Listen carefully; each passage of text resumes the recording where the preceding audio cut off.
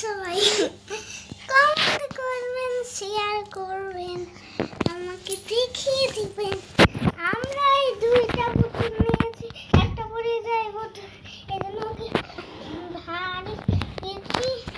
আমরা ওকে পুতুল বলছে কি আমরা একটা জায়গায় যাব, তুমি যাবা না।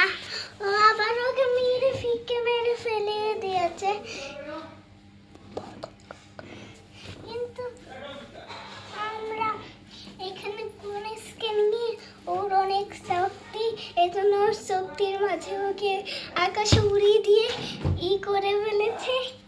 আর ও আমার রাগের চোটে ও একটা বাম্বেল ছিঁড়ে ফেলেছে।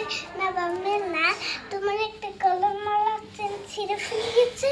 এজন্য ওকে আমি গণেশ ওকে বিশাল বড় শাস্তি দিয়েছে, ওকে উড়িয়ে ওইদিকে ফেলিয়ে দিয়েছে।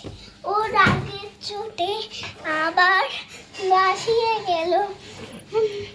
বাসায় যাওয়ার পর এই মেয়েটা ওর মা বললো কি যে আজকে তুমি কি করছো, কি তারপর বলছে কি যে আমি আজকে বন্ধুর সঙ্গে আমি গেছিলাম, ও আমার লাঠি মাইরা বাসাইয়া ফেলিয়ে দিয়েছি। এই শূন্য চাইতে পারি না, সরো এখান থেকে। ওকে মা একটা থাপ্পড় মেরে ও গণেশকে ভালো মারলো, ওকে বড় ছেলেকে। তারপর ও হাসতে থাকলো গণেশ।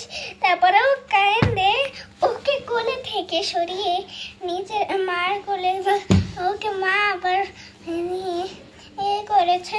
আরো জাদুঘরে ওকে করে আবার ফেলিয়ে দিয়েছে। এজন্য ওর হাতটা ভেঙে চুরমার করে গিয়েছে। আর ওর মার হাতটা কেটে ফেলছে। সেজন্য বড় ছেলে ওকে ডাক্তারের কাছে নিয়ে সেলাই করে দিয়েছে। আর একটু ছেঁড়া ছিল, ওইটা সেলাই করে নেই, কিন্তু অনেক সুন্দর লাগে। এই জন্য ওকে খাওয়াইছে। ওকে খাওয়াইনি বলে ও বলছে কেটবে, তুমি কি তোমার ছেলেকে মহারাজা